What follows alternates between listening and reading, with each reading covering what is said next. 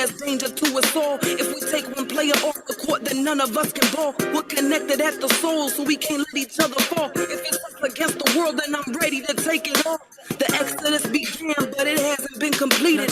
In 1963, Hetcho gave us what we needed. He told us we were powerful and will not be defeated. If we separate ourselves, our mission cannot be completed. So let's rise up, show them how we coming. We know that there will be pain, but you won't catch us running. There's no time to complain, because it's now or nothing. We don't suffer in vain, because we're made for something. So let's rise up, show them how we coming. We know that there will be pain, but you can't catch us running. There's no time to complain, because it's now or nothing. We don't suffer in vain, because we're made for something. Oh, it's been a long time coming. Been through the mud, but we won't give up. Whatever didn't kill us, it just make us tough. We don't need the evil, cause we spreading love. Oh, it's been a long time coming. Been through the mud, but we won't give up. Whatever didn't kill us, it just make us tough. We don't need the evil, cause we spreading love. I'ma spill the honey so we all can feast. It's made from nothing but love, so we spread all the peace. If it's not sent from above, then we don't want a piece. A soldier fighting for equality is all I wanna be. So I started praying with my feet, like the rabbi did in Selma when he was marching with King, fighting hatred in the ring. There's no stopping to the ding. Always moving with a purpose, like I'm attached to a string. I'm in a cold world with a warm heart. I see our people divided, and that's the wrong start. We gotta pull it together so we can go hard. If we don't do it alone, then we can go far. So let's rise up, show them how we coming. We know that there will be pain, but you won't catch us running. There's no time to complain, because it's now or nothing. We don't suffer in vain, because we're made for something. So let's rise up, show them how we coming. We know that there will be pain, but you can't catch us running. There's no time to complain, because it's now or nothing. We don't suffer in vain, because we're made for something.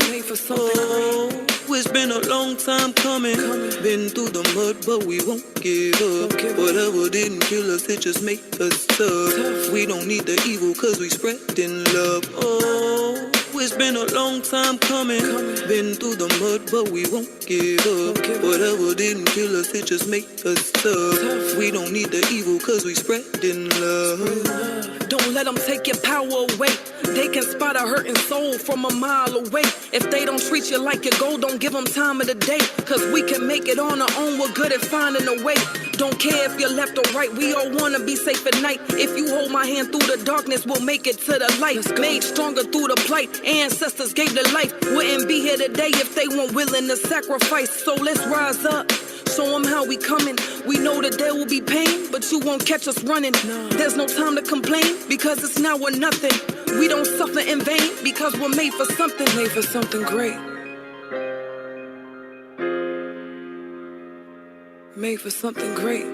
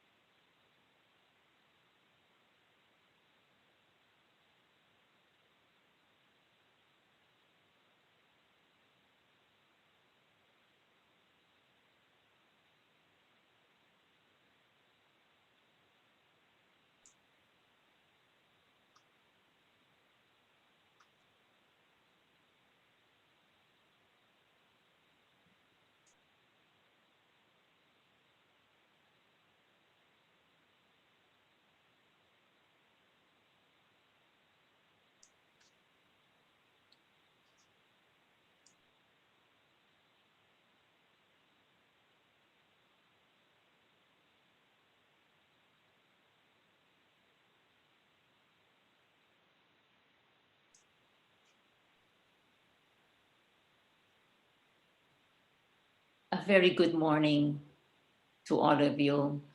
Maybe for some of you, it might be a good evening. And a very, very warm welcome on behalf of the Brahma Kumaris and also Spill the Honey Foundation, the Bahais, and none other than the CBJ, Clarence B. Jones Institute for Social Advocacy.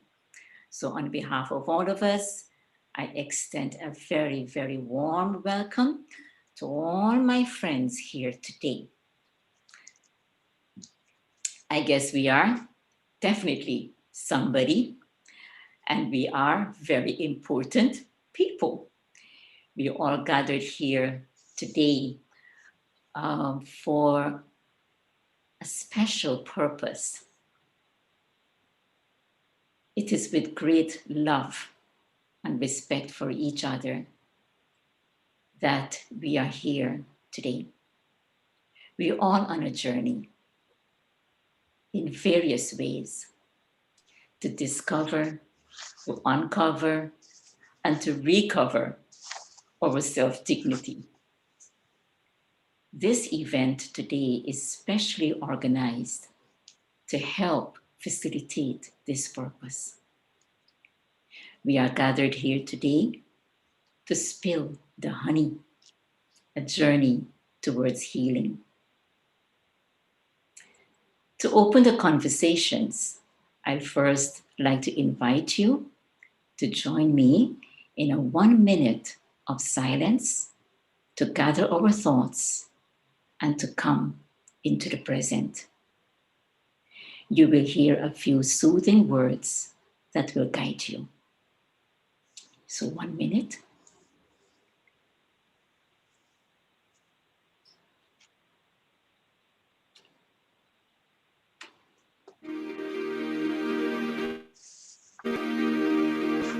Relaxing my mind. Taking just a minute, I sit comfortably relaxed, inviting my senses to relax, meeting them as friends, I take this opportunity appreciating the work they do. to put all other thoughts. I now choose to give them a break. Later, I imagine and close the lid. closing the motorways As I bring of my my thoughts senses. together in this moment, My thoughts begin to slow for this down. very special occasion, My mind becomes clear. the occasion For a to few celebrate moments, culture, nothing is moving. to celebrate My mind is inclusivity, free, to resting. celebrate love, I now to return celebrate with clarity. unity, unity in diversity. Now take a deep breath in and release.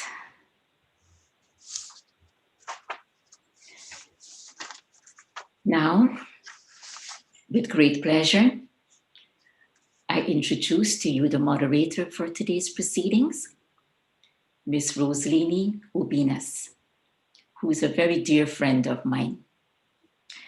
Rosleny is also the youth representative of the Bahais of the United States to United Nations. In her work, she strives to build unity and higher levels of consensus in the various discourse areas of gender equity, race unity, and meaningful youth engagement.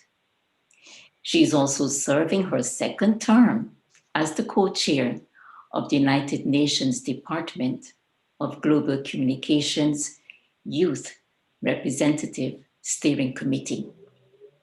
As part of the committee, Rosleny assists the United Nations Department of Global Communications in creating programming that is of interest to youth and to ensure to uplift the voices of the underrepresented youth, especially those who have been assisting the UN in the implementation Agenda 2030 and its Sustainable Development Goals. And for those of you who are not so familiar with it, the United Nations has an agenda which we call the Agenda 2030 with the hope of achieving 17 goals. And one of them is human rights and youth empowerment, of which Rosleny is very much active. She's born and raised in the Bronx, New York, and she spends her free time animating the Junior Youth Spiritual Empowerment Program with youth from the area learning together to grow their knowledge and social qualities through conducting service programs that uplift their community. And so with this, I now hand over to you, Rosleny. Thank you so much, Sabita, for that calming and grounding moment of meditation. It's so important that for a conversation that will touch on painful or triggering experiences, that we all come together and initiate this conversation on tranquility and love. A love originating from the divine, a love that reminds us of the qualities of the mind and heart that are positive and constructive. Good morning, friends and colleagues. My name is Rosleny Ubinas, and I'm with the Bahais of the United States at the United Nations. And it's my honor to be here and moderate this conversation with just such giants. I'm honestly a little overwhelmed with the amazingness that's going to happen throughout this program. Today, we're joined with a host of heroic thinkers and figures who will share their personal experiences and stories of advocacy and adversity in hopes to inspire in us new waves of healing and transformation. I'd like to take a moment to thank our partners, the Brahma Kumaris World Spiritual University, Spill the Honey, the Clarence B. Jones Institute for Social Advocacy, and the Bahais of the United States. Spill the Honey's vision is to use the transformative power of the arts to share hearts and minds and to seek to move people to act for social change. We will be listening more from the founder of Spill the Honey later on in the program. Now, I have the distinct honor and privilege of introducing Fred Ferber, a Holocaust survivor. Fred Ferber was born in Sieskohowice, Poland. I hope I didn't totally butcher that.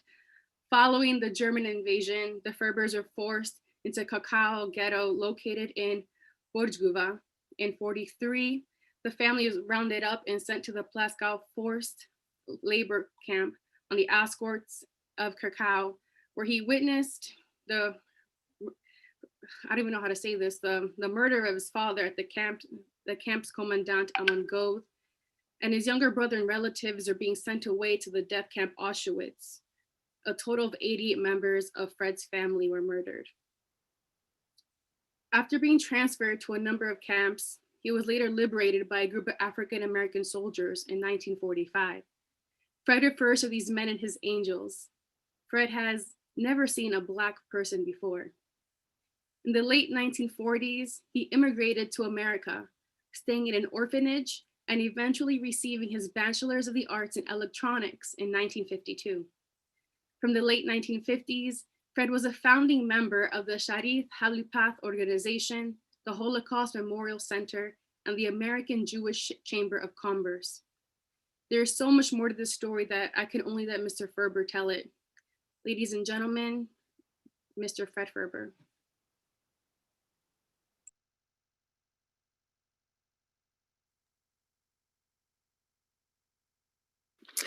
I'm really truly appreciative to be here today, taking a part of this amazing, one-of-a-kind educational documentary. I'm 92 years old, born in Poland in 1928. Before the war, our life in Poland was beautiful. Living together with my mother, my father, younger brother. It was a sweet life. However, in a blink of an eye, when the Nazis took over, life changed forever, and freedom that we took for granted was totally taken away from us for being Jewish. Shortly after, we were taken to the ghetto in Krakow, Poland, to unimaginable living conditions. And those who were able to survive the ghetto were sent to concentration camps. We were sent to Płaszów. And after only 3 days of being there, keep it in mind, 3 days of being there, the head Nazi of the camp, pulled out a gun and shot my father, point blank, in the head, just because he felt like it. Months later, my brother, who was a year younger than myself, was taken away with 5,000 other Jewish people straight to Auschwitz concentration camp, which was a death camp. We all know that. They came in through the gate of the camp, and they went out as smoke through the chimney. That was the end of my brother's life. We were slaves, and our lives were in the hands of the Nazis. Throughout the war, I was transferred to a number of camps. I was truly fortunate to survive the war. I was 11 when the war began and 16 when the war ended. Through those devastating years, I want you to know, 88 members of my family were murdered, never to reunite. I was blessed to find my mother after the war, and we reunited. I remember the day I was liberated. I, along with a few other fellows that survived, we were walking out of the camp, still in our concentration camp uniforms, and in a great disbelief that the war was over. Coming toward us were a number of American soldiers with rifles, and we became slightly scared. Why? I'll tell you why. We knew that these fellows were here to rescue us. But these American soldiers were black, and we never seen a black man in our life before. As they come closer to us, we saw the smiles on their faces, waving at us with kindness, tossing to us a variety of small packets of food and chocolate. They were truly like angels, and that was a moment none of us and I will never forget. So you ask me, what did I draw upon to be able to move forward after the war?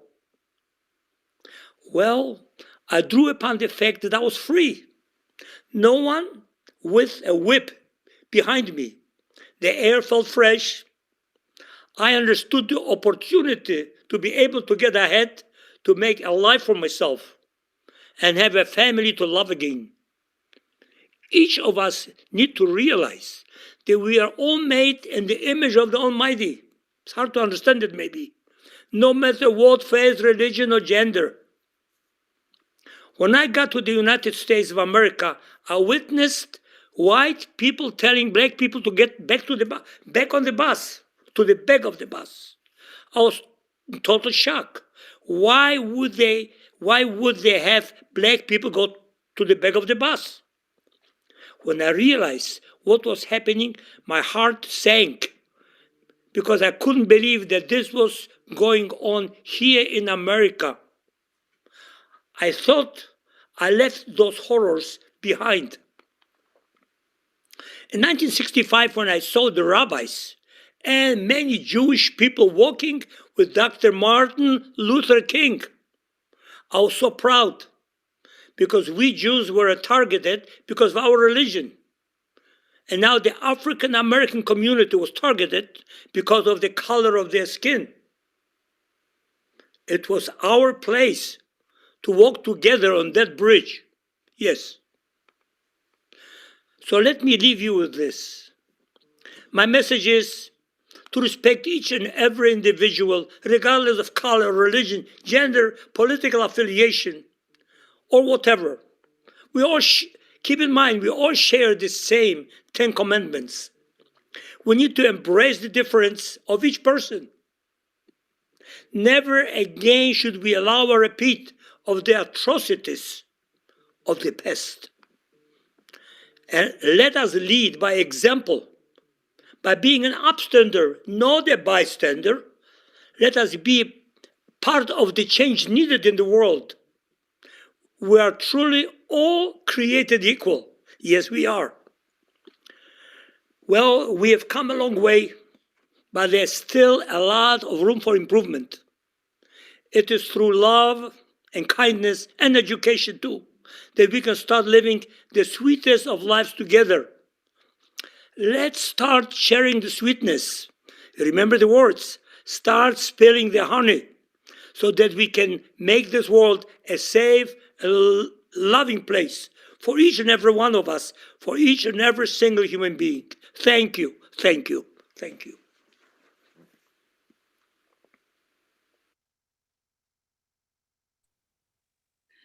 Mr. Ferber, I, I'm at a loss for words because truly you took us through a roller coaster of emotions, but you ended in like the brightest, most beautiful just note. Like really, I am overcome with emotion to be able to experience this story with you, with everyone here, for your positivity, the light, the way you're such an animated storyteller. Like we can really see the joy when you receive the candies and the chocolates and marching on the bridge. It's just thank you so much for coming here today and for sharing with us your tremendous momentous story. Thank you so much. I really wish I could like shake your hand, but this is like all I could do via Zoom. So thank you, Mr. Ferber. So now I have the great honor of introducing another great thinker and advocate, Alexis Scott. Alexis Scott has a long career as a newspaper journalist, the executive and visionary community leader. After nearly 17 years as publisher of the Atlanta Daily World, a newspaper founded by her grandfather in 1928, she was part of the executive team that opened the Center for Civil and Human Rights in downtown Atlanta in 2014. Before taking the helm of her family's newspaper, Ms. Scott has a 23-year career with the Atlanta Journal-Constitution and Cox Enterprises, Inc., where she worked her way up from a newsroom reporter to vice president and community affairs at the AJC, and then director of diversity at Cox. Ms. Scott continues to be involved in the community with service on several boards: the Atlanta Convention, the Visitors Bureau, the Atlanta Jewish Film Festival, and the advisory board of the A.G. Rhodes Health Rehab. Ms. Scott has received many honors and awards, including induction to 4 Halls of Fame, like the 2018 Women's Hall of Fame and the Atlanta Business League, and others. She is currently writing a memoir, including her father's newspaper story, and is co-writer of a screenplay, Beech Tree Forest, based on her father's Army experiences during World War II. She has 2 grown sons and is married to Brian McKissick. Ladies and gentlemen, Alexis Scott. Thank you. Thank you very much. I appreciate that nice introduction, and I appreciate the story that we've already been told. My dad was one of those Black soldiers that was at Buchenwald, and he was a photographer with his unit. And he walked around taking pictures, and finally he said he had to put the camera away because it was just too much. He said they'd heard about the camp, but they didn't believe anything could be as bad as they'd heard. But when he got there, it was worse. He said, no wonder people can't believe it now. It was so horrible. But he did take pictures, and he was 22 years old at the time.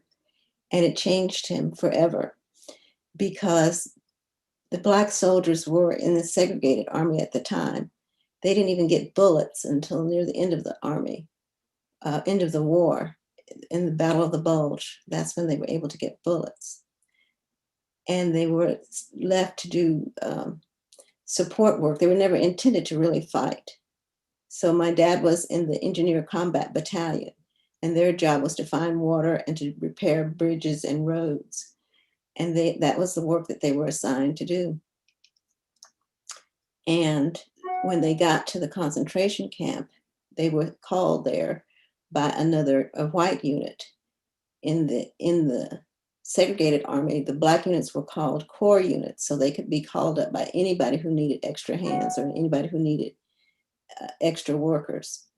And so they were called up by a white division to report to Buchenwald. And when they got up to the camp, my dad said it didn't look so bad until they got around the corner of the entry, and they could not believe it, just could not believe how horrible it was.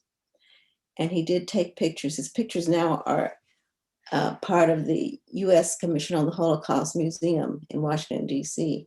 He also has an oral history online there. Unfortunately, he died in 1992 at the age of 69. But before he died, he did a brochure that was used to do a display, an exhibit. The Georgia Commission on the Holocaust did an exhibit on his work in the Army and his life. He went on, it really shaped the rest of his life. He taught himself how to play chess after the liberation of Buchenwald. They broke up his unit and sent him to Japan, and he was on a ship. And that's when he learned how to play chess. And by the time they got to Japan, the war was over. So they came back, and he had another long ship ride to teach him how to play chess. So the thing that he was most impressed by, seeing how Germany had all these great scientists and all these great thinkers, how could they be so barbaric and inhumane? It just blew his mind. So he determined that he was going to live his life as a human being. And he focused on beauty and grace. And so he went to play chess. He wanted to get a rating. So in order to get a rating, you have to play in tournaments.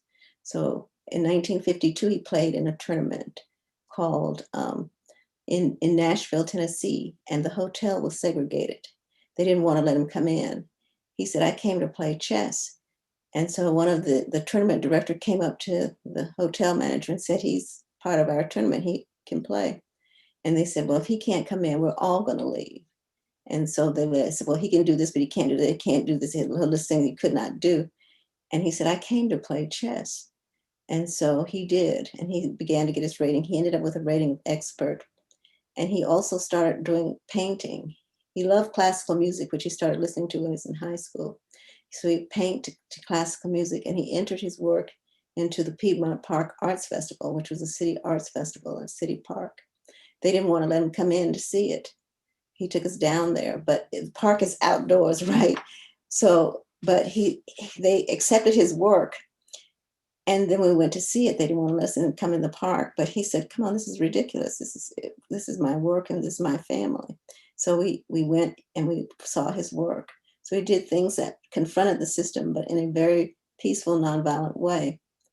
One of the things that he did also was when the city restaurants were desegregated, he and my mother would go to a different restaurant downtown every week just to make sure that they would just be able to have lunch and to be human beings. And that was the way he lived the rest of his life. One of the things that the Black community supported during the war was the Double V campaign. And that meant victory abroad and victory at home, because the soldiers felt, surely we're fighting for democracy, for America, and for white America. We'll be able to get it, freedom and equality, when we get back home. And that was their goal. And I assert that these Black soldiers were the catalyst for the modern civil rights movement, because they were all fighting for democracy and freedom, and they expected to get it when they got back home. And that was why they were supporting Dr. King and the civil rights movement. And my dad had lots of Jewish friends, because many of the Jews who fled Germany and other areas during World War II ended up coming south to teach at Black colleges, because they couldn't even get hired in white colleges. But they were hired in colleges like Morehouse and Spelman. And my dad had friends there who came to play chess with him on the weekends, who were teachers and faculty there. So there's been a longstanding personal relationship between Blacks and Jews in my family and in my life. My best friend, Carol Ashkenaz Kay, who died a couple of years ago, was my very dear friend. She was the godmother to my second son. And she just kept me, I went to Seder's at her house every year. And we just have kept that bond going, because we have that simpatico of knowing that if one of us is discriminated against, all of us are discriminated against, can be. And so I think that is the charge that we all have, is to continue to build those bridges and to see the things that we have in common, because we want to spill the honey everywhere and have everybody be treated as human beings. Thanks. I'm done. Thank you. Thank you so much. It's wonderful that you're able to keep your grandfather's story alive. That I love this idea of chess, bringing people together, how playing a simple game.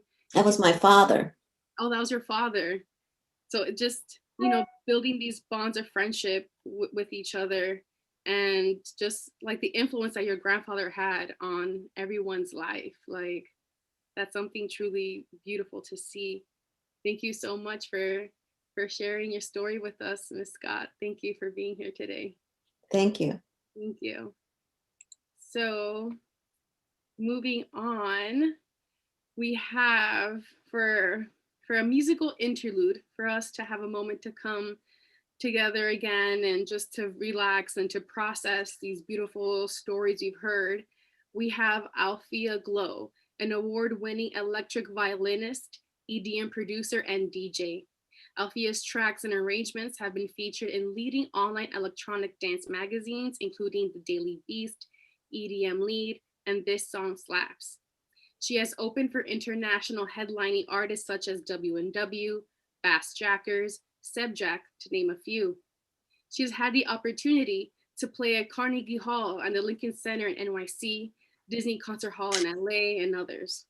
Althea is a resident of Daybreaker, an early morning dance movement in 25 cities around the world, which most recently has partnered with the Oprah Winfrey with her 2020 Vision, Your Life in Focus tour, with celebrity headliners as Lady Gaga, Tracy Ellis Ross, Jennifer Lopez, and others. She thoughtfully and carefully crafts songs and mixes that not only gets crowds moving, but stir the heart and soul in a way only live instrument-backed production can. With a classical feel and a touch of EDM, it makes Althea truly one-of-a-kind artist. Ladies and gentlemen, Althea Glow.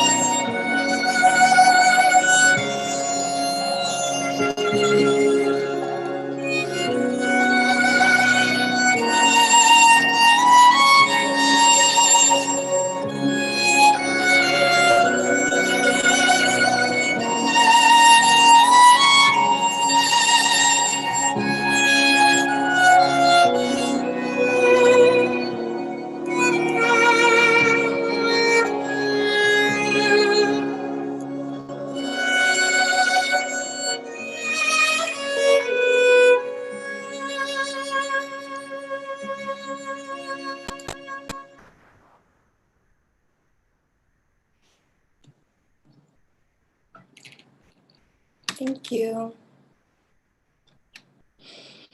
Althea, thank you so much. That was so beautiful and moving. And it's funny, the thing about music, you can actually like feel it inside, you know, like it actually moves something at our core. Thank you so much for playing for us live. Such a beautiful piece. Thank you. I'll be personally looking you up and finding some more of your content online. So thank you so much.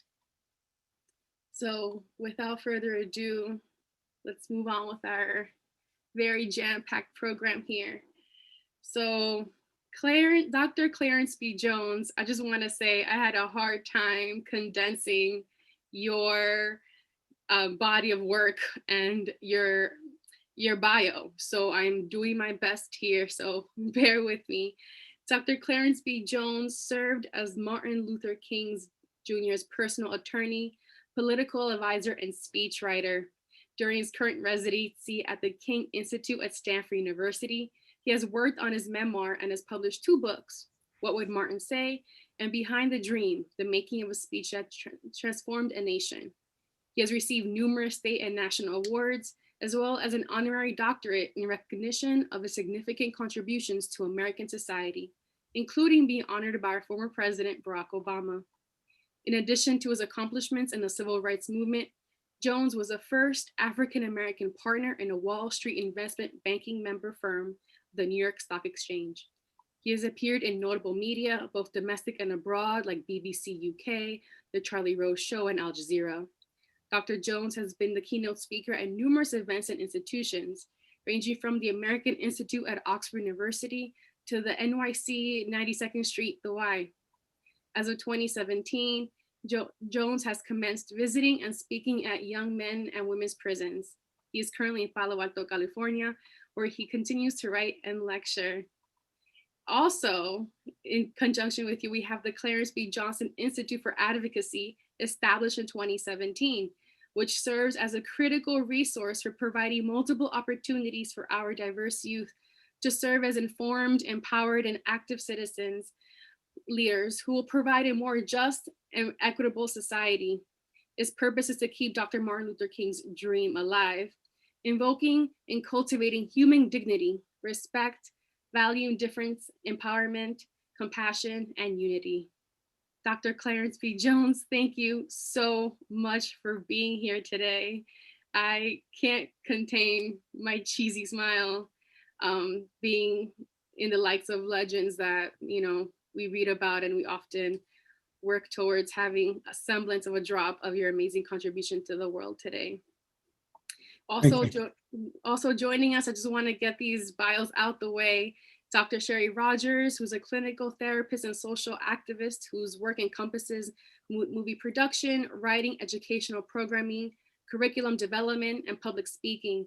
She's a co-executive producer of the Eli Inspiring Future Generations PBS documentary, and is a president and founder of Spill the Honey, a Michigan-based 501c3 organization committed to promoting human dignity as well as advancing public knowledge of the Holocaust and civil rights movement, advancing cultural tolerance, drawing attention to contemporary injustices, and encouraging young people to become compassionate global citizens. Rogers also serves as a trustee of the Institute for the Study of Global Anti-Semitism and Policy. Welcome so much, Dr. Rogers, for being here today, for being one of the key organizers and getting this event going and together. And finally, a new friend of mine, but I feel we have so much in common, Judi Rich, who formally began her spiritual journey in 1992, where she discovered a Brahma Kumaris center in her hometown of Calgary. From childhood, there had been an interest in the bigger questions of life and how the answers might contribute to a kinder world. Through the study of Raja Yoga, a spiritual practice, Judi feels she has not only found the answers she sought, but reawakened the capacity we all have for deep contentment, peace, and stability. In addition to currently serving as a center coordinator for the Brahma Kumaris Center in Calgary, Judi works as a graphic designer and fitness instructor. Although it may seem that the intensity and noisiness of fitness and the stillness of silence and contemplation are incompatible, she has found that the opposite is true, that they actually enhance each other and create a sense of well-being when integrated. Thank you so much to have such a dynamic panel here today. Thank you all for being here. So let's jump right in, shall we? So we have heard first and second accounts from Mr. Ferber and Miss Scott's grandfather of the Holocaust. And you, Mr. Dr. Jones, were an active force in the civil rights movement. Within their stories, as I hope you will share with your own story throughout the panel, there is something intrinsically immaterial that motivated them to keep striving for a better tomorrow. In your opinion, what are some of the moral characteristics you all share in striving for a world that allows for all humanity the opportunity to cultivate and express their full range of their capability and contributing to the betterment of societies? Well, let me just preface my answer first by saying that I remember reading earlier in relationship to Fred Ferber's movie presentation. One of the senior officers had asked General Eisenhower why they were repeatedly continuing taking pictures of the Holocaust. You know, they had enough pictures. Why did they keep the cameras rolling all the time to be sure they got all the footage? And General Eisenhower prophetically responded, well, just in case future generations may not believe if we tell them, if we just write it down and describe it, but just in case future generations may not understand the magnitude of what we see here today. So in the answer to your question, first of all, I'm delighted to be here. It is challenging that it took a young woman in Michigan, Dr. Shari Rogers, several years ago, upon accidentally meeting me at the Charles Wright Museum when I was speaking in Detroit. I didn't know who she was, didn't even know she was there. Apparently, she heard me speak to a group of high school students about the importance of the contribution of Jews to the civil rights movement. As I said, I had no idea Shari Rogers was there. I was doing that because I wanted to be sure that these young high school students heard it firsthand from me as Dr. King's personal lawyer, the special role of contribution the Jewish people made to the civil rights movement. And so it was in that context that I met this young housewife and mother who became so influenced by what she had heard and what she had seen with her own eyes, namely me, an African American, making a verbal, detailed, descriptive connection between the experiences of the African Americans and the Jewish community. And against that background, we move forward together to produce what all of you have seen by now, an extraordinary documentary that seeks to tell the story of which I referenced in an extensive way. But you know, a picture is worth 1,000 words. So no matter what the 1,000 words I wrote in that book, or the 1,000 words I may have spoken at the Charles Wright Museum that day, nothing is more powerful than what Dr. Rogers has done and spilled the honey. Now, underlying everything that took place between the Jewish and the Jewish community and the African American community was the concept of love. Love. Unconditional love and respect for I use a special word called the personhood. It didn't matter what kind of person you were, but a love for the very fact that you were a person and reflecting the philosophy and religion of Dr. King, who believed that every person was a reflection of the work of God. So therefore, commanded our respect to love and respect that person, whether no matter what color what hair was, whether it was curly or kinky, whether they could walk straight or bent, it didn't matter. And it certainly didn't matter what their religion was. And to put it in historical context about the civil rights movement, is that we knew that no matter how compelling the story we had at that time to end racial segregation, the racial segregation could not be forced or mandated by those of us who were Negroes and 12% of the population. Our challenge was to get 88% of the population. To us, 88%, they all look white. To get a majority of that 88% of the population to come and join with us. Now, little did we know, when we reached out to that 88% of the population, that segment that responded most immediately to our need were Jewish people. From a distance, Jews look white. We get close to them, they're not just white, they're Jewish. And they have that special, unique experience that can't be duplicated because it's, as Fred Ferber says, it's so deeply embedded in their soul. They understand what suffering is. If they themselves didn't experience it, they experience it through what their father or grandfather, they understood it more than any number of white men and women in explaining why they were active in the civil rights movement. Their first reaction was, this is what my parents would want me to do, or this is what my grandparents would want me to do. And so Jewish people come by their participation in the civil rights movement, not only from the history of the Holocaust experience, but also intertwined with their deep biblical experiences in the Talmud and the Jewish history.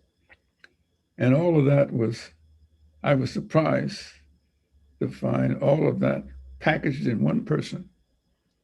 You wouldn't believe it, that all that experience and knowledge would be packaged in one Jewish woman from Detroit. Okay? And not only that, is that she was cute, and she's still cute, even though she's a grandmother, And I say that I don't want the woke people be coming after me now. Okay, say, some kind of male supremacist or something like that. No, I'm just telling you what the truth is, And people ought to be glad that a 90-year-old man can say a woman is cute. Geez, you won't be dumping on me. In any event, and by the way, Alexis Scott, the Atlanta world, man, let me just tell you something. I remember so well the diligence, the persistence. I guess it was your father or grandfather, that could be a generational thing, would do in covering us, Those of you who are white may not know that the story of the civil rights movement would be told by places like the Atlanta World, the Pittsburgh Courier. And those papers were like next to the Bible for those of us in the African-American community, because that's how we knew what was happening. That's how we knew what was happening to us in other places around the country. So I am delighted and honored to be here. And I'm glad that the institute that bears my name with my beloved goddaughter, Valerie Still, has enabled this to take place. But you take a look at your screen, you take a good look at Shari Rogers, and you take a good look at Ferber, and you take a good look at Shari Rogers. You take a good look at us. You think we're different? No, we're not. We're all part of the same family. When Fred Ferber spoke, I remember him when he said he had never seen an African American before. He started, what he said, he started to cry. He had never seen an African American soldier before when he was in, so forth. So the Ferbers and the Scotts and the Rogers and all the people, we owe the leadership of the African American and Jewish community a great debt for trying to redeem the soul and conscience of America. And I'm glad that I can be a participant and at different points a leader in that. So I'm honored to participate this morning. Thank you, Dr. Jones. What a powerful introduction to this great panel. I love that you really alluded to your brethren of Mr. Ferber and Dr. Rogers, like Mr. Ferber said, we are all created an image of the Almighty, of the Creator. So we all are reflections of the different aspects of this Creator with love and to have compassion for one another. So since he already alluded to Spill the Honey, and I'm sure some people in the call are wondering, Dr. Rogers, do you want to give us a little bit of what Spill the Honey is and what really is spilling this honey that I've been hearing a lot of throughout the event? Sure. First of all, Spill the Honey means that each individual has human dignity, intrinsic human dignity, and has the ability to sweeten the lives of those around him or her. And I just have to say, I am so blessed to be on this extraordinary panel with these amazing human beings. And Dr. Jones, this is his phrase, but I'm going to include this phrase to talk about what inspired Spill the Honey. If you see the film and you'll see the trailer, he says if the lions don't tell their story, the hunters will get all the credit. So I was inspired by Holocaust survivors, Elie Wiesel, Elie Ayalon, Fred Ferber, and Martin Luther King, Dr. Martin Luther King, and Dr. Clarence B. Jones, and Congressman John Lewis, who understood that becoming a messenger and spreading sweetness that stuck to their hearts and souls of all who heard them need to continue to hear their message today. And just like Eliezer Ayalon had to make a choice whether to focus on his own suffering or to find blessings, so too this was the message from Dr. Martin Luther King, who said, "Let us not seek to satisfy our thirst for freedom by drinking from the cup of bitterness and hatred." His words were honey. His words were about love and bringing humanity together. And think about it, Dr. Martin Luther King did not have social media. There was no Twitter, there was no TikTok, there was no Facebook, but words of love, the power of the word to spread throughout humanity is, God willing, the honey that will stick to us. So we all need to take our own intrinsic value, fill it up, and spill it over. We all have the honey inside us, and it's all up to us to use our voice, to use our own intrinsic special gifts, to spread to each individual and to each in each community to promote civil rights and human rights and the power to lift each person in every community up so that we can spread the honey all around. Thank you so much. And I just want to say that one of the first documentaries that Spill the Honey produced is an extraordinary one called Shared Legacies, the African American Jewish Civil Rights Alliance. And why is this one of the most important documentaries that this foundation produced? It's because it shows how two communities in American history from very different backgrounds, one from the Holocaust and all the representing the Jews that have been kicked out year after year because they were Jewish, to Dr. Martin Luther King's civil rights movement, and how Blacks were treated as less human. They had to carry signs, "I am a man," because people didn't see them as men or women. That these communities came together to spill the honey. They were able to connect to each other's pain, but not to use it for despair, but to use it to spill the honey that eventuated in the Voting Rights Act, that transformed the conscience of America. So let's lift up the voices that choose to spill the honey. Thank you. Dr. Rogers, it's evident that your passion for this project and for this cause is so deep and profound.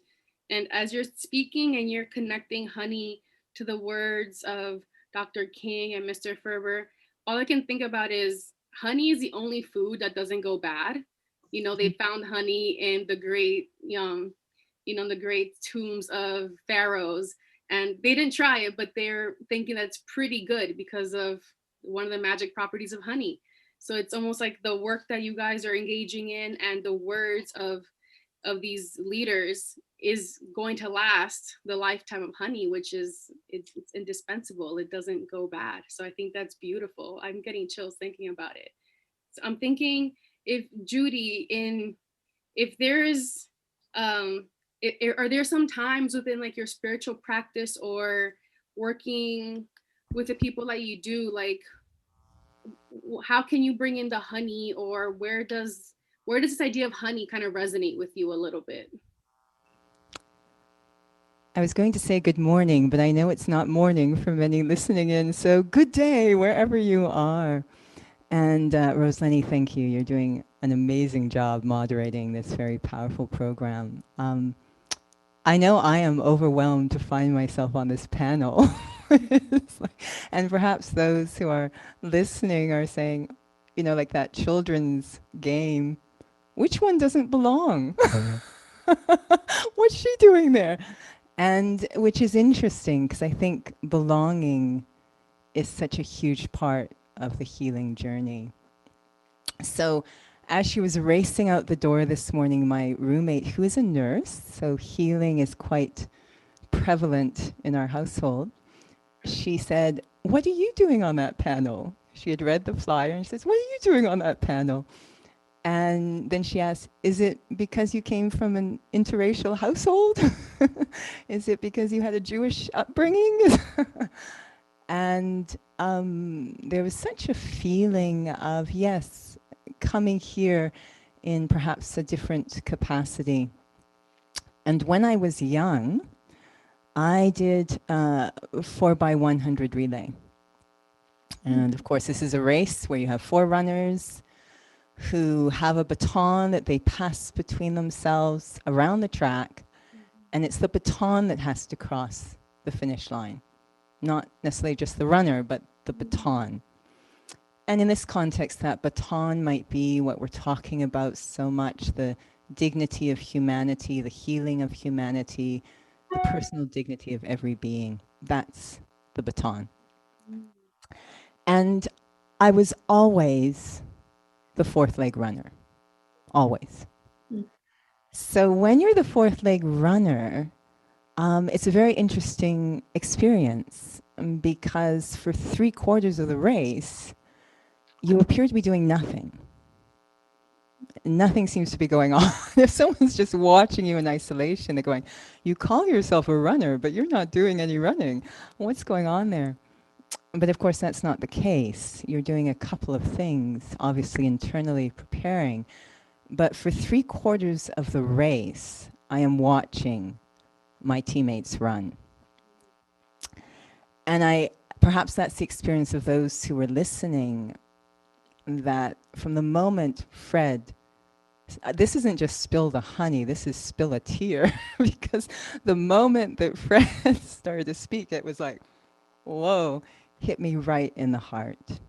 And then listening to Alexis share about her father, and I just want to clarify, it is your father, right? Share about your father. Again, especially when you started to talk about the arts, because that was also in our household. My mom was a music and voice teacher, and we had painting and dance, and it was just amazing. So I really connected to that part of your story. But again, it was just like, oh, hit my heart. And I bet you those listening, it just like things were just hitting your heart and a tear. So as I watched my my running mates carrying the baton, I was just appreciating them and just amazed by the parts they were playing. You know, Cheryl has an amazing start, and Shari is just holding that lead, and it was very, I was doing a lot for 3/4 of the race because I knew that I would be nowhere without them. The baton would never reach me without them. I would not have any position to run from without them. So as I listen to these stories, I am just deeply touched, but deeply appreciating. I would never have the luxury, the liberty, the freedom, the opportunity, the privilege to study spirituality without them.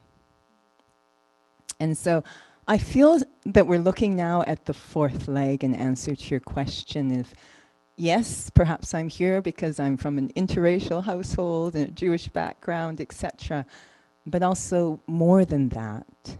And for me, this spiritual, this identity that unites us, that goes into the timelessness of honey that you talked about, that's transcendent, that's the fourth leg. That's what I feel I'm built to do. So that's all I feel, that's my passion, if you will. So I thought, will I be able to talk without crying? Because I was so moved by these stories, and I have heard them growing up. And I know that my parents were part of handing me that baton. I know the sacrifices they made. And I feel a deep responsibility to carry that baton forward through spirituality and to invite souls to explore that, because I feel it's that transcending, timeless, uniting identity that will bring that baton home. So that's some thoughts to share at this point. Thank you so much, Rosleny. Thanks, Judi. That's beautiful, this analogy I use of running the baton. And like the fourth leg of the race, I'm going to get to that at the fourth leg of this conversation. I just want to share one thing before you do. I think I heard Dr. Jones share at some point in a previous interview that you were 29 when you met Reverend Dr. King. Is that true? That is correct. Yes. So I just want you to know, I learned the other day, Rosleny is 29. So there could be a passing of a baton going on here. It's quite powerful that she is the same age you were when your life went on a different trajectory when a baton was handed to you. So I am very curious to see what's handed over to Rosleny today. Well, all I need to say is that these are some very big shoes to fill, and the small community work that I do in the Bronx, I can only hope to have a ripple effect, not only in our city, but in the country and really worldwide, like the work that you guys are doing. And one thing that kind of comes to mind is, so Dr. Shari, this Spill the Honey and Shared Legacies is a documentary, which is a form of the arts. So Dr. Jones, this question is to you. So in 1964, in recognition of the Berlin Jazz Festival, Dr. King writes, "The blues tell the story of life's difficulties. And if you think for a moment, you will realize that they take the hardest realities of life and put them to music, only to come out with some new hope or sense of triumph."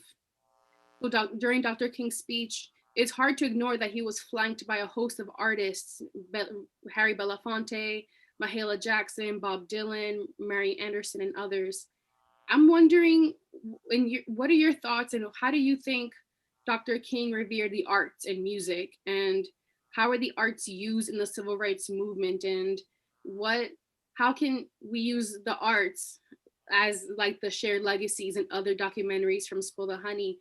How can we use these art forms to instill new hope in people?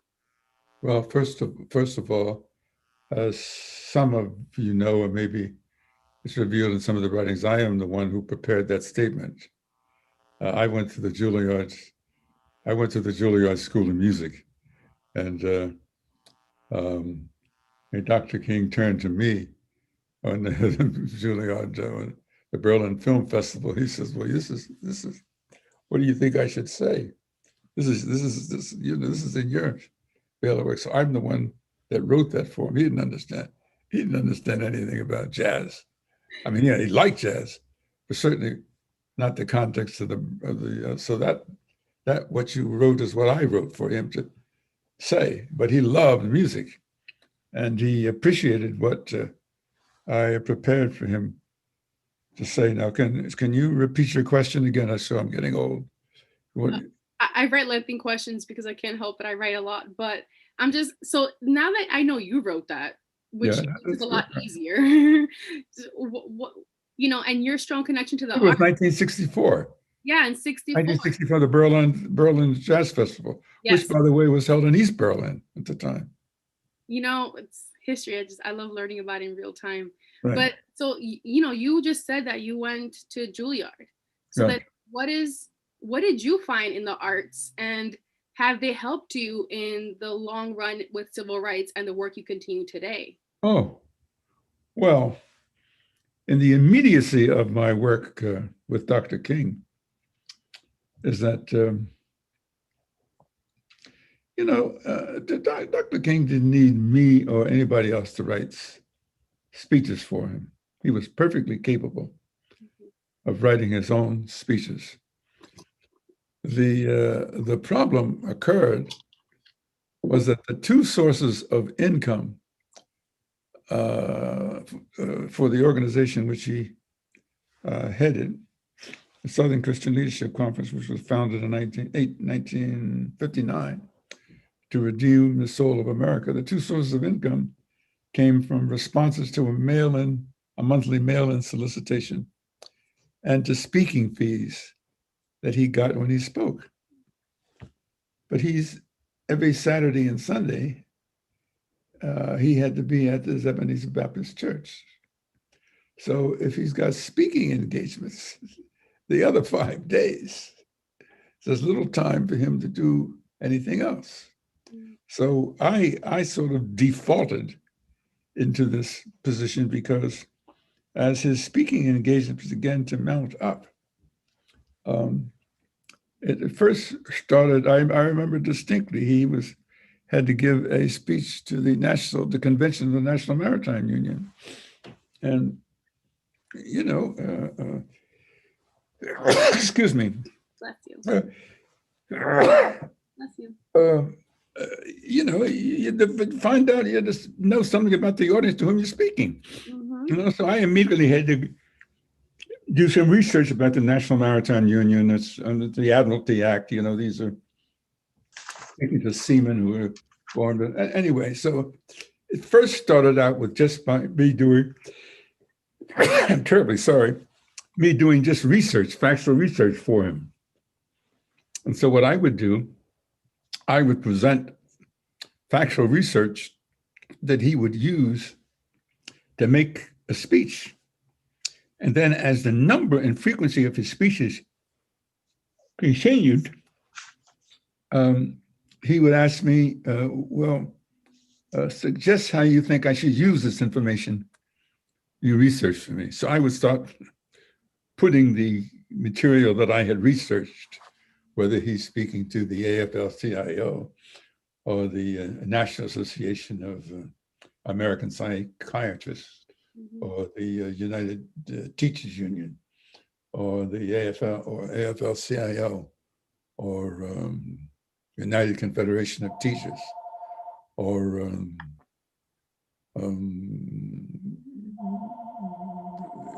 the Dental Society, African American Dental Society, of the teachers of different organizations.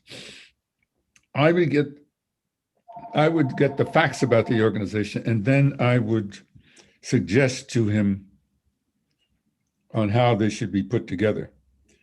Now, the Juilliard comes in from the standpoint is when I was at Juilliard, not just me, but other students. I went to Juilliard before I went to Columbia College, Columbia University. I was trained as a classical clarinetist, but in addition, you have ear training and all sorts of other things. But the ear training is important. Why does I say that? Ear training starts out where they sit down. Someone sits down at a piano, and they play a note for you, and they tell you what the note is. This is A. Then they play B or C or D, and they tell you what the note is before they play it. And then they play it back to you without playing notes back to you, and ask you to identify it by listening to it. All right. So your ear is trained to hear something. I mean, A has 440 vibrations per second. C has 426 vibrations per second.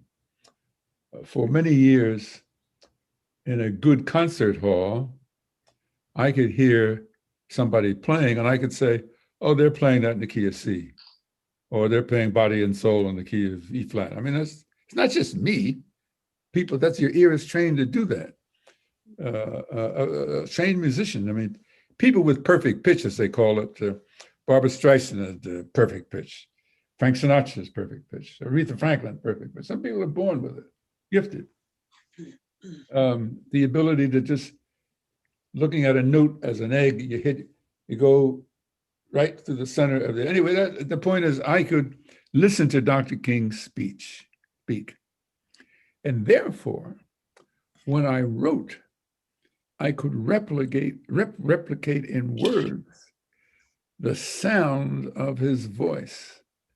And not only that, I could pick up the rhythm. And so much so, I would say, no, he said to me, he says, you're scary. I said, what do you mean?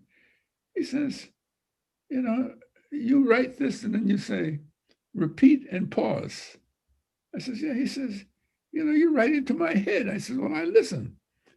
I said, I listen to you. And so when I would prepare the right draft speeches for him, in addition to just the substantive material, I could hear the tonality and the rhythm. I could just hear it, okay? Just as I could walk into a room and I could hear, somebody, playing a song,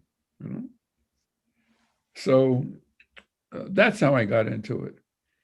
It's not because he was unable or didn't have the ability to do it. He just didn't have the time to do it. And the other thing that I had that was unique, and this I will say was sui generis, that is one of a kind.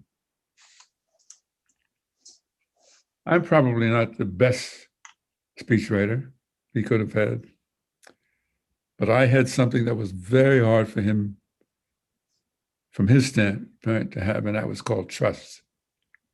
He trusted me. And he just trusted me.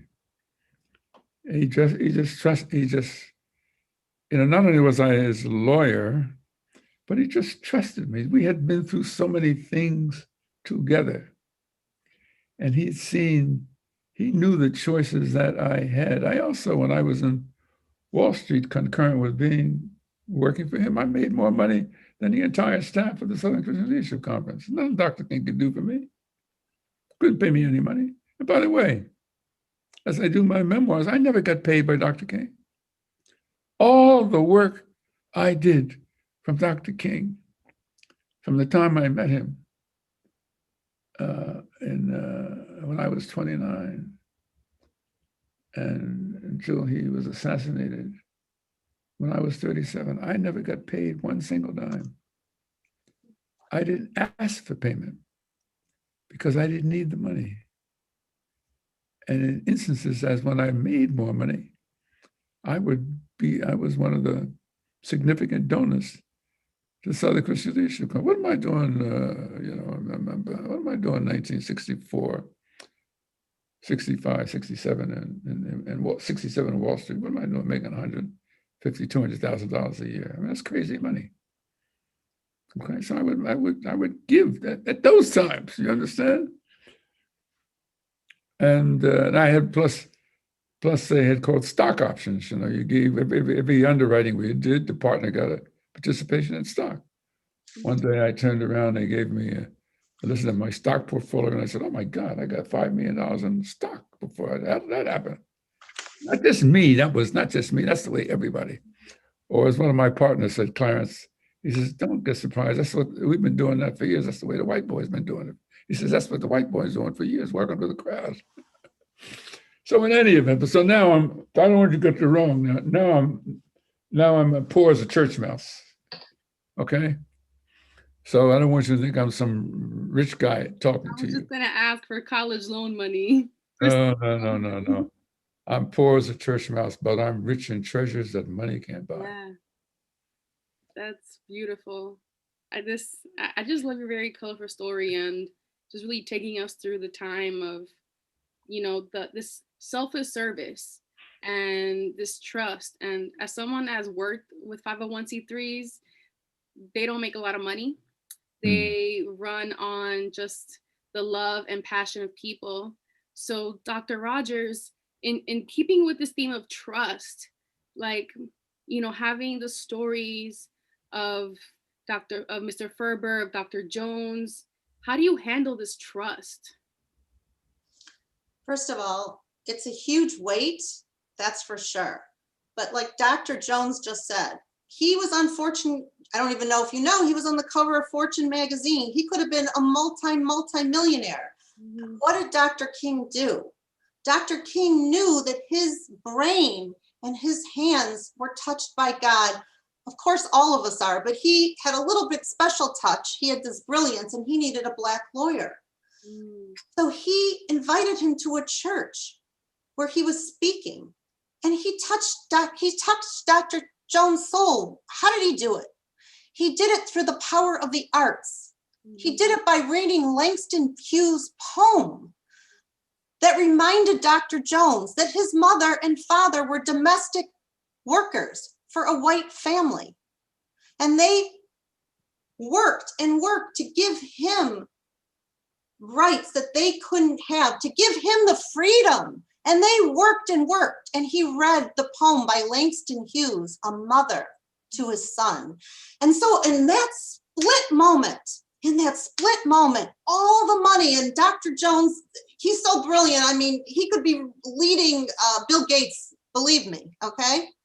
But in that split moment, it touched his soul. That poem, the cadence in Dr. King's speech sparked his soul. So for however his family and everybody to take care of, he knew that he had a higher goal that was greater than money, that was greater. He spilled the honey because he felt Dr. King's honey. And we all need to take our own cups and spill the honey. And that's why Spill the Honey uses the arts, because song is putting the pen to the soul. Artwork, like Devon Cunningham has created artwork having to do with all this history that can bring together sparks of soul, that it's through the arts that we can lift each other up. So when I hear Judi Rich say that she doesn't understand why she's on this panel, are you kidding? Every single human being is a work of art. Every single human being, as Rabbi Joshua Heschel says, has to create their own portrait. And so each of us have to take our own cup, and beautifully, nobody else can do what we can do. So each one are part of this mosaic that has to give and spill over. You know, Shari, you beginning to sound like a Baptist preacher, girl. You've been hanging around me and some Baptist preachers. You're beginning to sound like a Baptist preacher.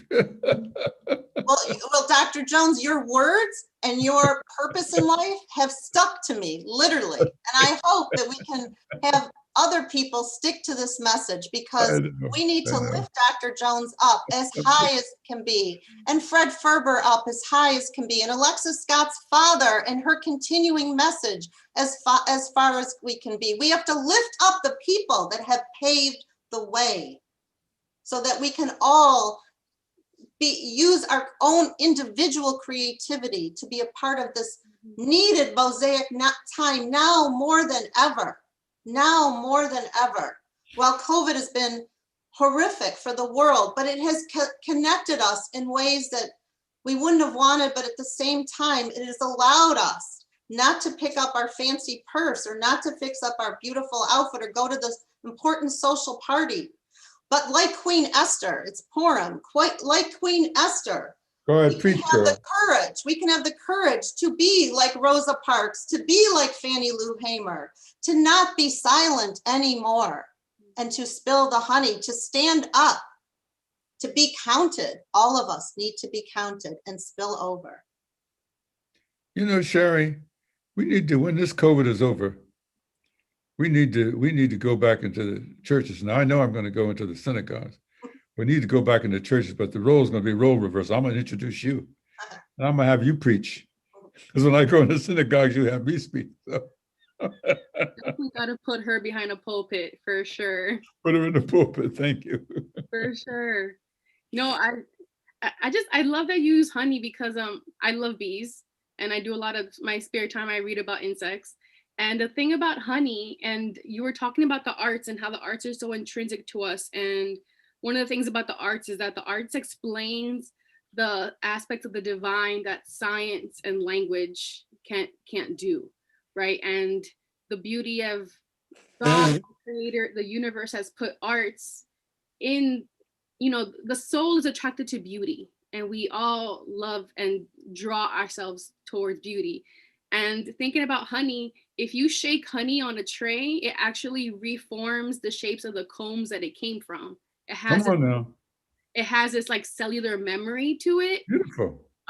So it's like this honey that we're spilling and that we're sharing with each other. It like literally sticks to us and kind of embalms our souls in this sweetness and the richness and the message that we need to keep doing the work that we're doing together, and also like with our own communities, because it's all interconnected, and just like bees, if we don't have bees, we're gonna die very shortly after, right? Like bees are so important, and honey is just something so like the fruit of the best workers of the planet.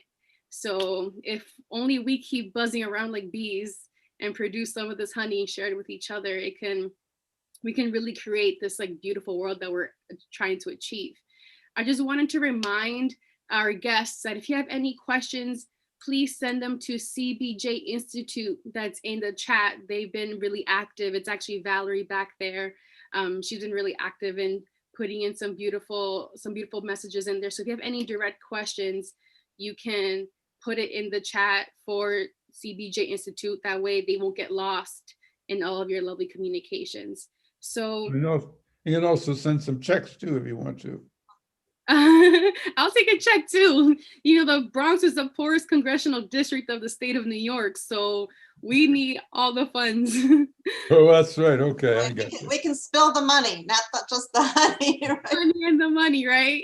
Right. But I do have to say, I would be remiss if we don't think of all the worker bees the worker bees like Lisa Weitzman and Shoshana Janner, and Amy Niederlander and Sherry Kaufman Ferber, and all the worker bees and Sherry Frank who have made all this possible. Of course, Clarence Jones that you see here, Dr. Jones.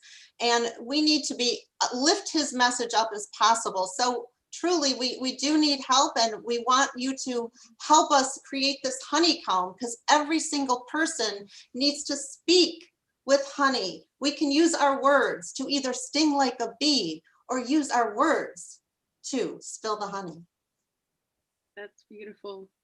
And just to kind of close up a little bit, Judi mentioned I'm 29 years old now. Dr. Jones, you met Dr. King at 29, and I work with a lot of young people. So do you, Dr. Rogers, because we understand that the youth are the future, right? So I'm wondering, in part of the work that we're doing and the part of the work that I do with my friends, a lot of times we become disheartened and frustrated because the change doesn't seem to come fast enough, right? We want things to, we see the injustice, we put in some work, and just we still don't get the fruits that we're hoping for. So in your ample experience in your life that you've done so much, Dr. Jones, what is a kernel of wisdom that you can leave with young people in the hopes of this bettering of our lives and of the world around us?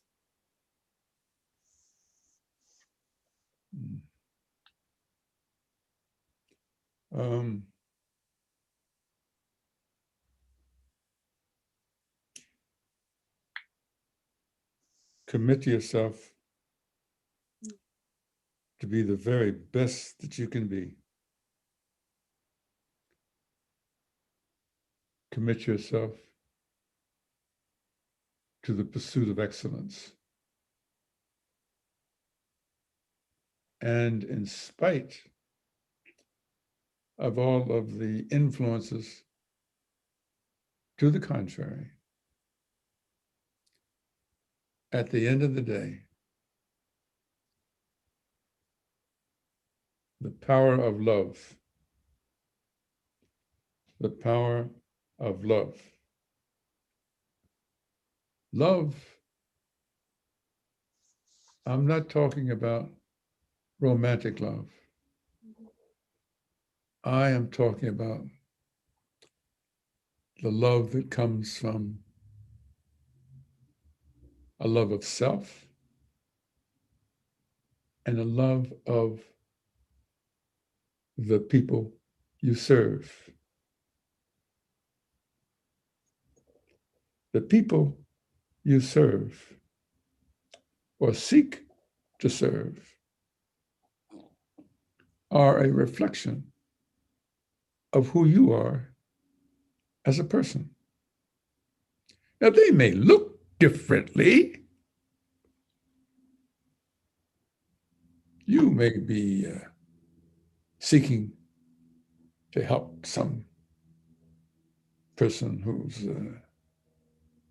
on a Native American, on an indigenous land. You may seek to help them. They may look differently than you are. When you get up close and personal, your help is a reflection. Your help to them is a reflection of who you are.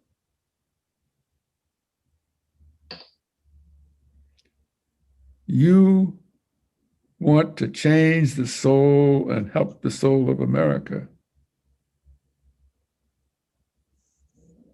First, you have to have a sense, in spite of everything you read and hear, in spite of everything you read and hear, there is an innate goodness in people. I know, you can cite instance after instance after instance after instance after instance. Okay? But either, as Shari Rogers quoted me, if we, the surviving lions, don't tell our stories, the hunters will get all the credit.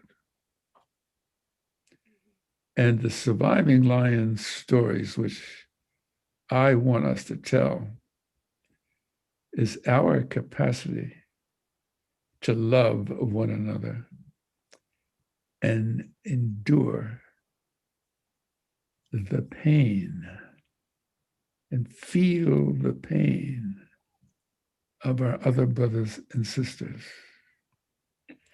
And by doing that, we become more beautiful. We become better than we otherwise would be.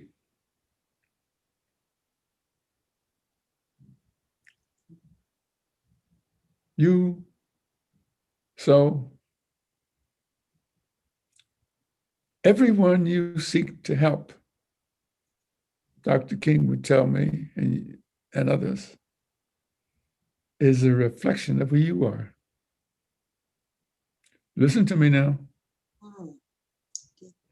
Everyone you seek to help is a reflection of who you are. Oh, well, you can't have to be that, That person got, he's got curly, or he's old. This person's white. This person's black. I'm black. Why should I help that white person? No. Everyone we seek to help. And in the context of the reality of what is going on in our country between African American and Jews, I have a surprise for you. I'm a professor. I'm reasonably knowledgeable about American history. Okay? I mean, on a good day, you ask me, I would say I'm very knowledgeable about American history. Okay? And I can tell you without a shadow of a doubt, much of America, of the best that has occurred in America, has occurred because of its so-called minority populations. Okay? Now, I mean, I can bring it down front for you. In Detroit, in Motown, right? I mean, 12% of the population was making music that 88% of the population was going out and popping their hands and dancing. Okay? When Martha and the Vandella was talking about dancing in the streets, they weren't talking about 12% of the population dancing in the streets. They're talking about the whole nation dancing in the streets. Motown out of Detroit became a reflection of the nation, of who we are. Okay? Now, I knew America was coming to a moment of truth. When I started years ago listening to white boys rapping, I said, oh, Lord, what's happening? When I started listening to white boys doing rap songs as good or better than black folks, I said, God help us, we have arrived. I'm not just talking about Eminem. I'm talking about some white performers who, if you close your eyes and don't look at them, don't tell me you can tell that they're not black. Music is such a crossover thing. Well, guess what? The experience that the African American and Jewish people had during the Civil Rights Movement, we have to hold on to that. That is precious. Don't let anybody take that away from us. And the reason I feel so strong about Dr. Rogers and Spill the Honey is because, see, she's too close to it. She may not appreciate that in the years going forward, the Spill the Honey has created such a special moment in American history that cannot be extinguished. It can be duplicated and expanded, but nobody can say it didn't happen. Nobody can say it didn't happen. So when Fred Ferber talks about being liberated by Negro soldiers, nobody can say it didn't happen. It happened. It was a historical fact. So what Jews and African Americans did during the civil rights movement is an indelible, irretrievable, incontrovertible fact that transformed American history. And the Black Lives Matter movement, you didn't ask me the question, so I'm giving you the answer to the question you didn't answer. Okay? The Black Lives Matter movement has built on the foundation of what we sought to do in the civil rights movement. The civil rights movement was a morality-based movement. Okay? The Black Lives Matter movement, after several instances of police brutality, and what happened to the whole nation seeing a young man begging for his life for 8 minutes and 46 seconds, raised the question, what kind of country is this? Dr. King, when he let the country see what was happening to dogs biting people seeking to march peacefully in jail in Birmingham, and fire hoses, he raised the question, just what kind of country does this? So the Black Lives Matter movement is saying, what kind of country does this? Okay? Not what 12% of the population sees, but what the majority of American population, so that 67% of Americans were in motion behind the Black Lives Matter movement. And apparently, the movement was so strong that it got people marching in Sweden, in Norway, in Denmark, in Germany, in England, in Mexico. Okay? Why? Because it was saying to the world, what kind of country permits this to happen? Morality is universal. Something is either right or wrong in Uruguay, in Germany, in Sweden, and in Norway, and in Mississippi. Something is right or wrong. So I've shut my big mouth now. No, I feel like you've touched on so many things. You know, the Black Lives Matter movement is actually nominated for a Global Peace Prize because, you know, because of its like globally changing transformative effects. Right. You know? And it's personally someone that has been marching since I was like 15. It was like the first time I really saw in my lifetime so many people coming together from different walks of life, from different professions, who may not have seemed affected, right, because they're not Black or whatever, and they're marching equally as upset, equally as passionately, equally as invested in the outcome of the movement, you know. And you know, as you were highlighting, you know, the experiences of African Americans and our Jewish brothers and sisters, all I can think about is how humanity, you know, one of the things we talk about in the Bahai writings is how humanity is kind of one human body, right? And when your leg is infected, all the white cells from your whole body go to the leg to fix that leg. You know, it's not detached from the arm, the leg is detached from the head. We're all connected. So what happens to one person or to one community really truly affects all of us, because this question of morality is universal and connecting all of us together.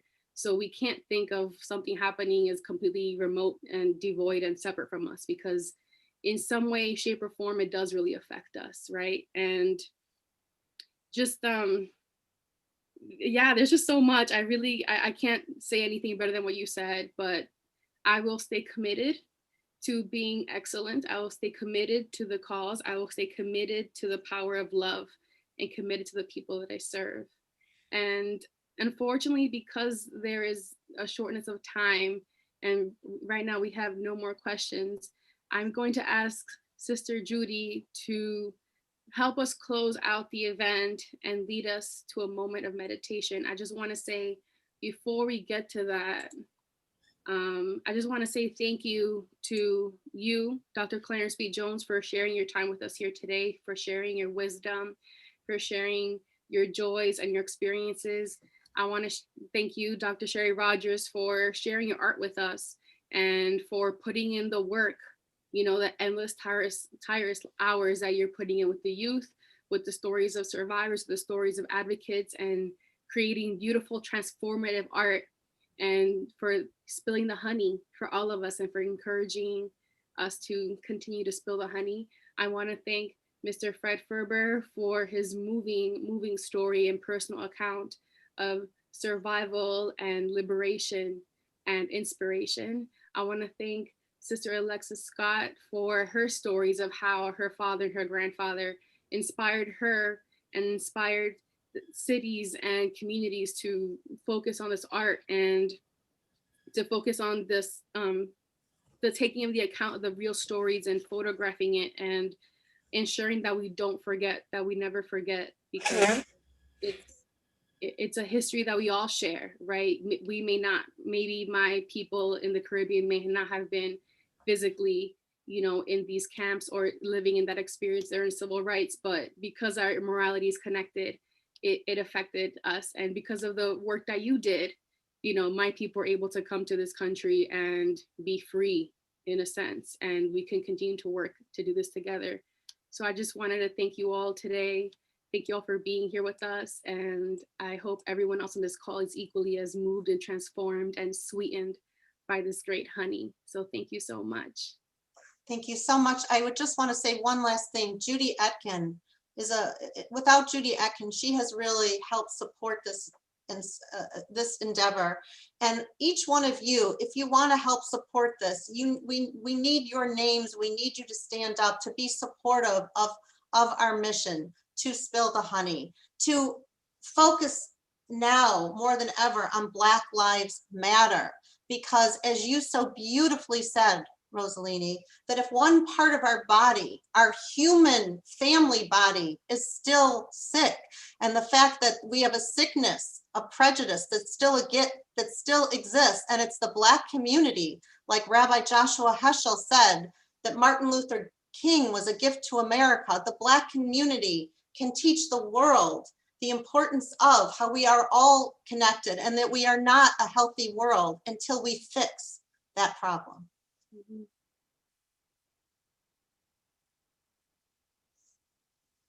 Well, may I say one point here?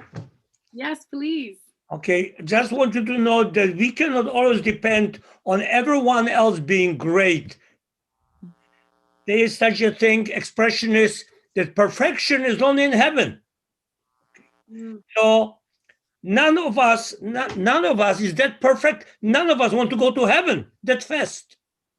So we're all imperfect in some ways. So it's not a question of everyone else being great. We have to understand the human nature, the imperfection of the people listen to. Sometimes they're wrong. We cannot jump in and tell them you're a liar. We have to be very careful how we act. I've been taking this lunch and learn for a tremendous amount of time. And sometimes we know what's written, where it's written, but we don't do what we learn. I leave it at that. Thank you. It was a very meaningful morning. Thank you. Yeah, I'd like to add my thanks too for this morning, and hearing Dr. Jones again was really wonderful, and seeing you too. I'm glad you're looking so well and doing well. And thank you, Shari, so much for the work that you do and for including me in this particular program. I really appreciate sharing my dad's story. And it just is amazing how spilling the honey can really soothe the soul. So thank you so much. Yeah, thank you so much, everyone. So after Judi guides us through the meditation, we'll be able to watch the trailer for Shared Legacies together. So please stay tuned, stay with us. And now on to you, Judi. Thank you so much, everyone. I'm honored and humbled. I also want to thank Rosleny. You were brilliant in this event. Thank you so much. And I have to mention, it's Alfia, is that right? Is that the right name? Alfia, our musician. I think it touched every one of us, whatever our musical preference is. There was something universal, and I could tell she went to such a vulnerable and pure place to create that music. So I think that taught us a lot. And there were a couple of times when Dr. Jones was sniffling and coughing. I wanted to offer him a cup of tea with honey in it because honey is so medicinal.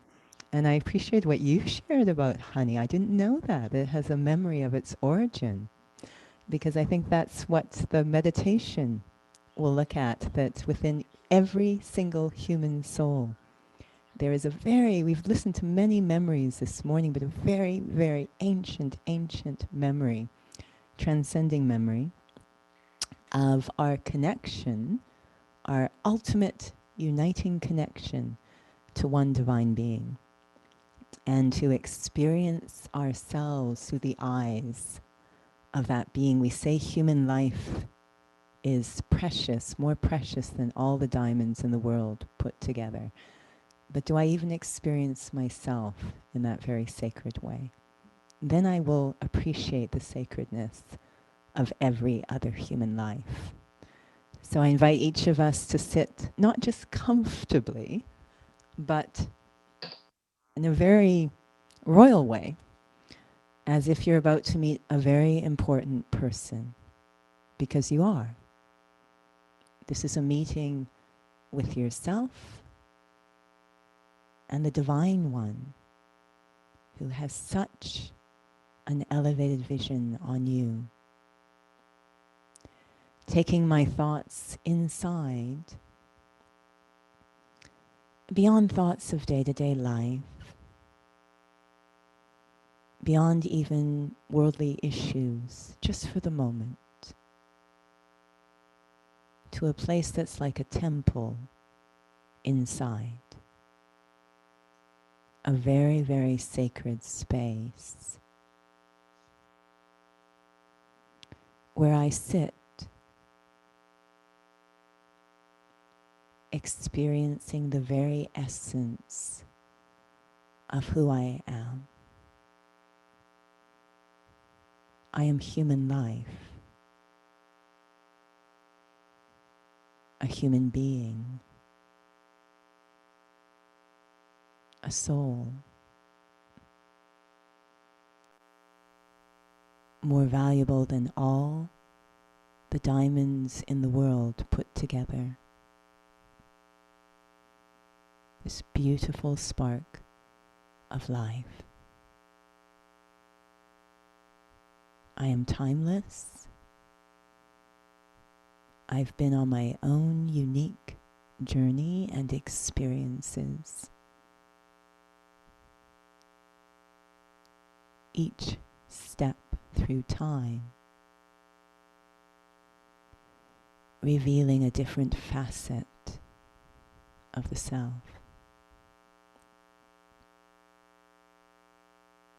But in this moment, seeing myself whole, like a diamond, a jewel of life, and looking at myself through the mirror of God's eyes. I am so sacred, so precious.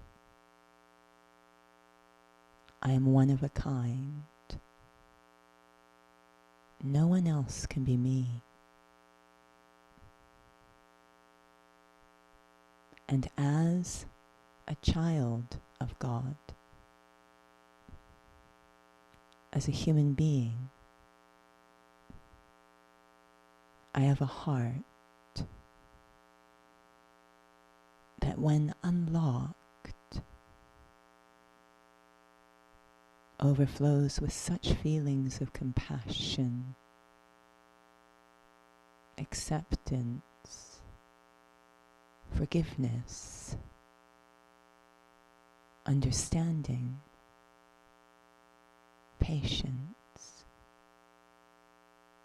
so much beauty.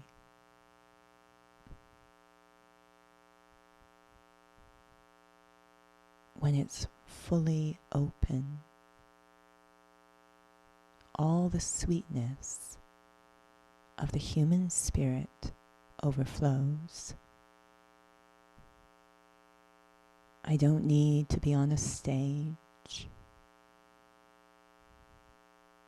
I don't need to be speaking at an event. Just walking on this earth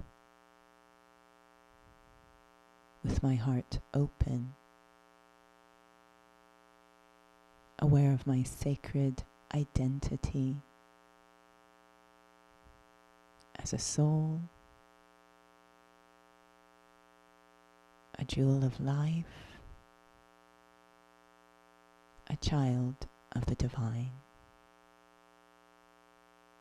one of a kind.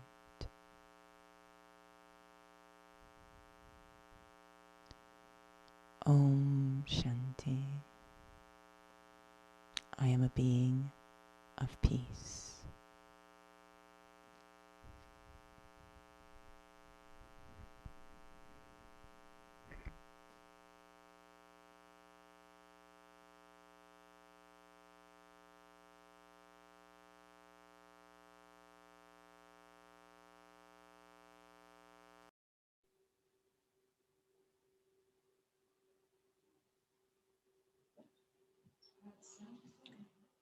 Thank you, Judi. Thank you all. I know Dr. Jones has to leave to go to another event. So thank you from the bottom of our heart for everything that you have shared with us today. And all my newfound friends. Shari's lovely working with you. And Mr. Ferber and Alexis and Althea and everyone else. So I really appreciate everything that happened today. And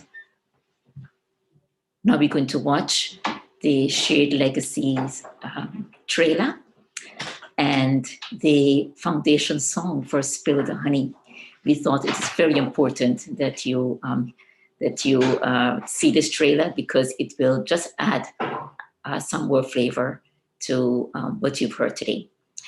And to close us off, really after the trailer, we will flash on the screen all the contact information of all the presenters. So in case you want to reach out to anyone, you can have access to that. So thank you again, and let's enjoy the trailer.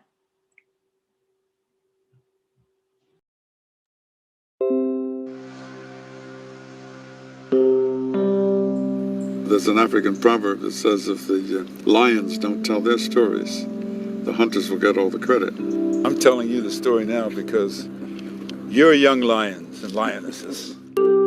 My great-grandfather had been in slavery, and it goes across generations. You just don't get rid of it simply because there are no chains on you. The effects of slavery are still very prominent, just as the effects of the Holocaust are still very prominent amongst our brothers and sisters in the Jewish community. The Jewish people have the DNA in their soul to look up close to what happened to African Americans after slavery. We came to the South, young Jews, rabbis, many of them refugees from Nazi Germany. We hear Dr. King quoting the prophets. That was extraordinary. It made us proud.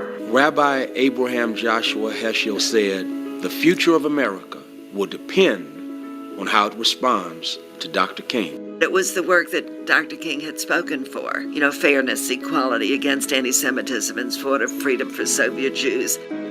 A large Jewish presence in the civil rights movement was evident almost from the beginning. Well, Stan Levinson and Harry Wachtel, the lawyers were working with Dr. King. They were advisors, marchers, fundraisers. They were in the thick of things. Many Jewish students worked all across the South. And I will never, ever forget 3 young men, Andy Goodman, Micah Scherner, and James Shaney. Birmingham is Birmingham. We all know the Exodus is the central narrative of our redemption. And here is a modern situation. Shall we do nothing? We could not have gotten anywhere had not Protestants, Catholics, and Jews showed up from all over the world. Rabbi Yaakov Prince spoke immediately before Dr. King. The most shameful and the most tragic problem is silence. The civil rights challenges of our time, the human rights challenges of our day, they hang on me. They hang on you. They hang on who? They hang on us. We all need to get together to find out the bigger picture. Those who have been stepped upon have to lead the way. It's all about our humanity. And if we don't figure out a way truly to work together, we'll just be like hamsters on a wheel. The systemic oppression and issues will just continue. There are too many people living in fear. If Rabbi Hersher and Martin Luther King Jr. were here today, I think they would be saying, we need to pull together the generation yet unborn. We dare not rest on the historic laurels of our great congregations. We've got to put on our marching boots and get to work. And I feel good that I've got a partner in that. The soul of America is at stake.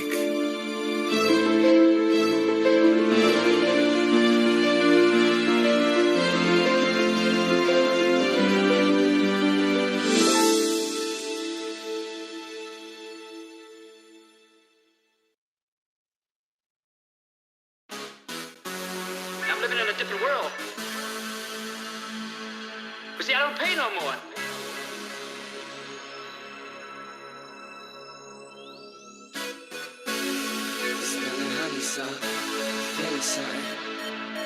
You can have anything you want. Stand up, stand up, stand up. Sharing is generosity, colossally on the top in the air. Trap velocity, awesomely redefining what is possible. Most probably the team that makes good the hot commodity of product weed. Throttling land clouds and nautically. Inequalities are hypotheses, and it starts with weed. The truest verse MCs working for unity on a new page. We got the light in the dark like a match in a cave. 1,000,001, just a fraction of graves. Getting paid for the cause with some raps that we made. Positive realities for what we slave on the road that the Lord paved. Praying and swinging the sword on this good man feet, killing it. We got that cup of honey, spilling it. We got a vision and we're willing it. We choose to give and we're feeling it, spilling it. Spilling honey, your love is sticking to me. So that pain and that darkness, nothing. Yeah, it ain't nothing. Yeah, and I be spilling honey. Your love is sticking to me. So that pain and that darkness, nothing. But you know it ain't nothing. Yeah. My mother gave me a cup of honey. Sweet and sticky, says son, go start something. So now the bees buzzing. Because I can't let a brother die. Can't let a sister cry. Stop it with the genocide. I never know if I'm saving lives. But I feel good living mine. And giving back at the same time. In constant progress till the peace come. Don't bystand.